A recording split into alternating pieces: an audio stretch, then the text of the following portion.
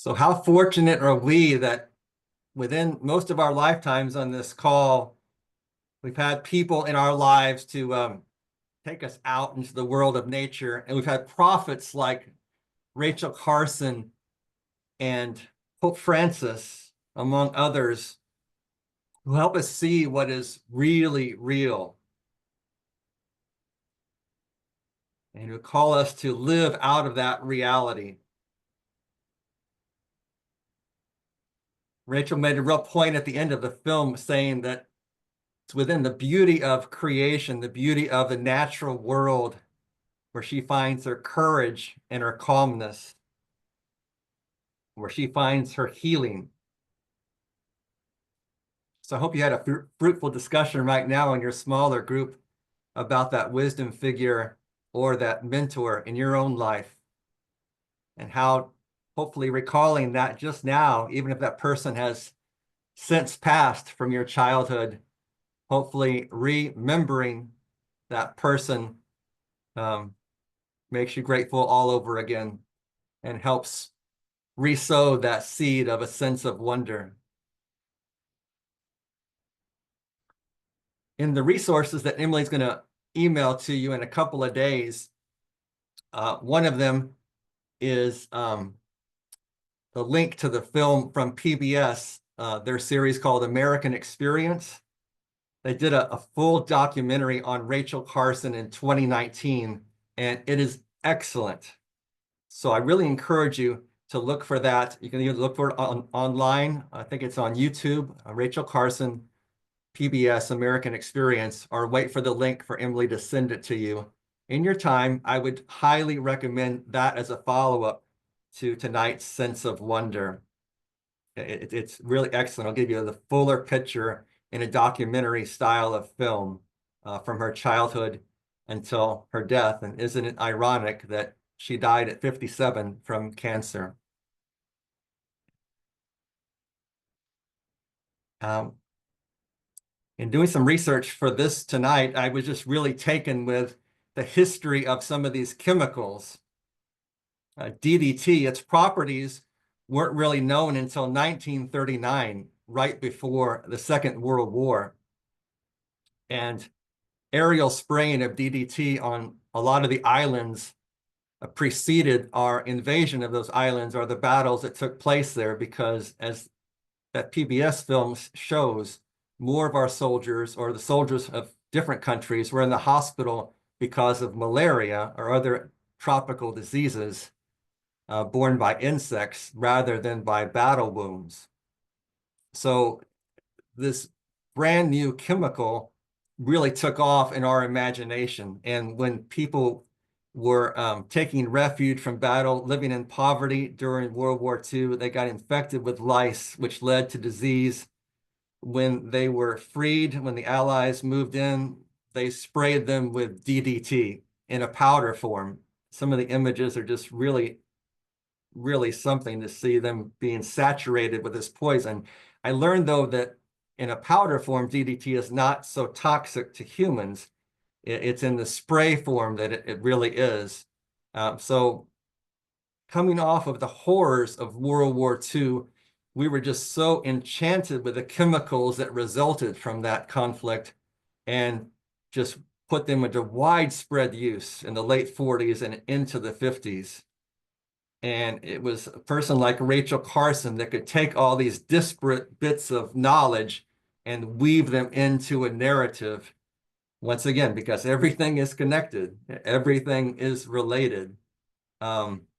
So Rachel Carson, as a woman in that time, a marine biologist and already a well-known writer, to take this on, it shattered a paradigm.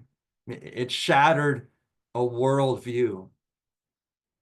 I just want you to get the feel for that, for her courage, and at that time in history, what this book, Silent Spring, led to. The environmental awakening, so much legislation, and kind of the world that a lot of us grew up in. So I guess my question to all of us is, Rachel chose her gift of writing to practice what Thomas Berry calls the art of evocation. How do we evoke within others what is really real? How do we evoke the universe that lies within our very bones? To recognize that everything is related, everything's connected. I know people like Kathy Hogan scratches her head and ponders that all the time up in North Dakota, South Dakota. Carrie, there you are. All of us in our different presentation ministries and beyond the presentation life and congregation. Thank you for what you do. And I hope shining the light tonight on Earth Day on a person like Rachel Carson, who we might not have appreciated so much. I didn't have such a full appreciation as I do now, and I certainly want to go back to her different works and sit with them and be inspired by them. So I don't buy into the cultural narrative. And that's just what really gets me. We as Americans, I know some of us on this call are from other countries, and we as Americans are not critical in the news we're watching, in the stories we're told, in the advertising we're barraged with. So I hope we can take courage and be calmed and nourished by the beauty of the natural world and examples like Pope Francis and Rachel to practice the art of evocation in our own way, in our own ministries. If anybody would like to just generally share about what touched them in the film, what you're pondering, please remove yourself from mute and feel free to join in. We'll have about 5 minutes or so.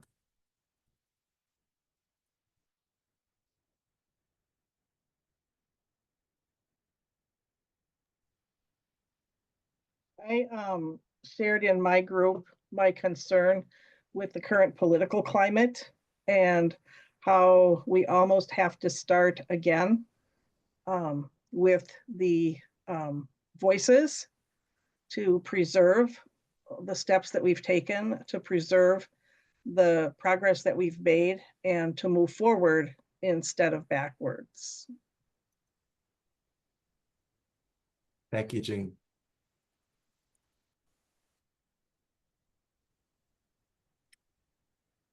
I think one of the first things that Rachel Carson said at the beginning that is very appropriate for us today is that she said something: to sin with silence when they should protest makes cowards of people.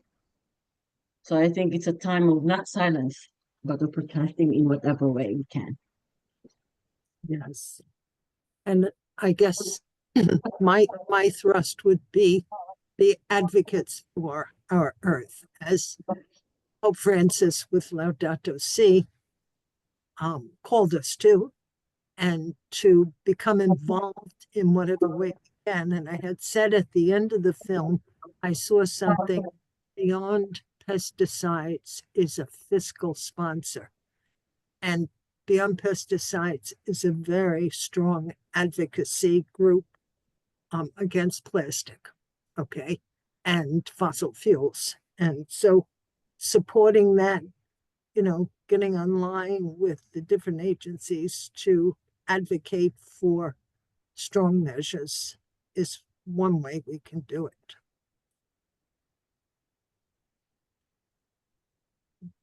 We have a strong advocacy of people who want pesticides to be exempt from any legal liability.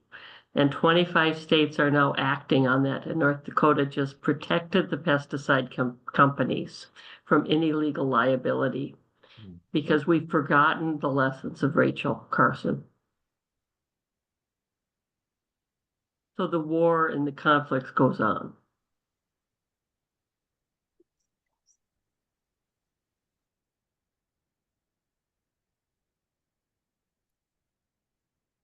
I have my hand up, but maybe you can't see it. Oh, sorry, Maurice. that light blinded. But I just wanted to add, piggybacking on what Jocelyn said about time to, stand up and speak. And I think that was a quote from Lincoln, time to protest. And in view of the fact that all of the oversight of, of everything has already been decimated, all the people who did those jobs have all been fired recently. It's just one more thing to protest against. And we've had some good showings on April 5th, April 19th. The next one is May 1st. But I wanted to share something that I heard earlier today. And I heard it or read it, and it was about a man who, during the Vietnam War, stood with a sign in front of the White House protesting the war. And someone came along and said, "Do you think you're really going to have an impact with your sign?" And he said, "It's not for them, it's for me, so that I don't buy into that narrative." And that brings me back to what Maurice had said, about the inundation of communication, uh,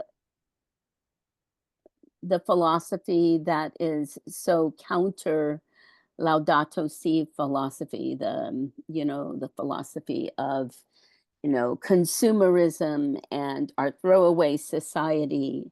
We have to keep reminding ourselves, and it's hard. I know when I go to my nieces and great nieces and nephews' birthday parties and I see the amount of stuff that they get, and I just wonder what landfill it's all going to wind up in. And everything around us is about buy, buy, buy. And as soon as it doesn't work quite right, toss it and get a new one. We have to keep reminding ourselves not to buy into that narrative, and to stick by the principles of Laudato Si. Thank you. Thanks, Karen, and all the others who spoke. Any last person?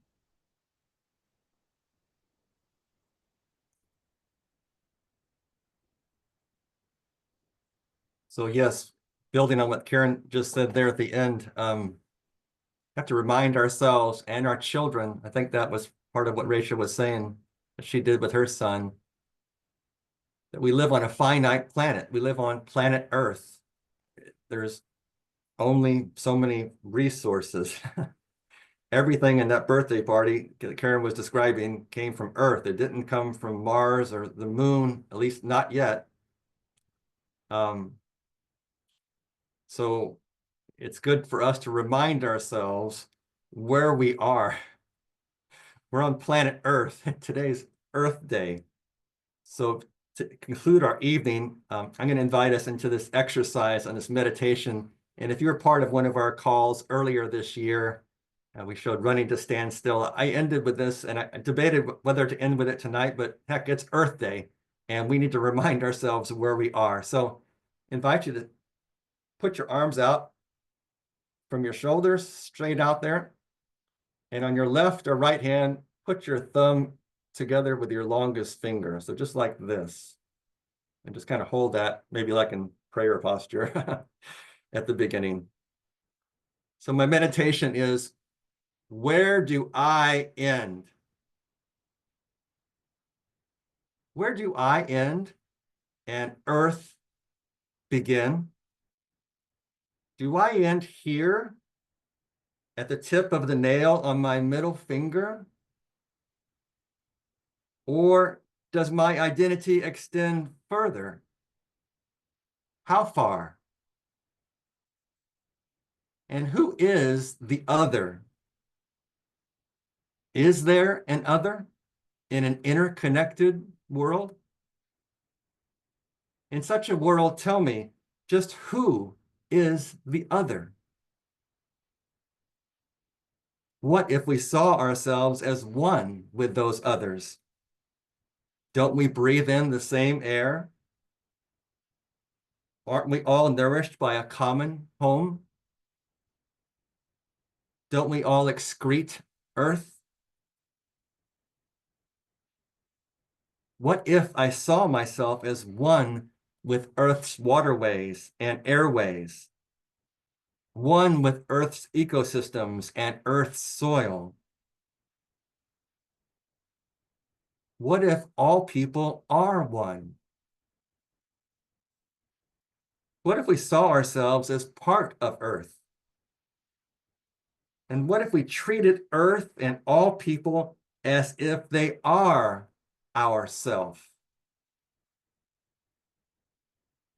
Where do I end and Earth begin?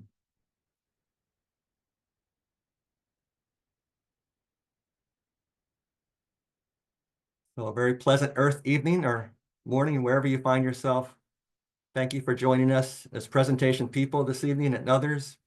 We'll gather again, working on that with Emily for probably late May to honor the 10th anniversary of Laudato Si and Pope Francis. We'll show that highly popular film. Once again, it's good to watch it again, The Letter. So look for that in late May. We'll be in touch with you. Emily will get back to you in a couple of days with our resource page, right, Emily?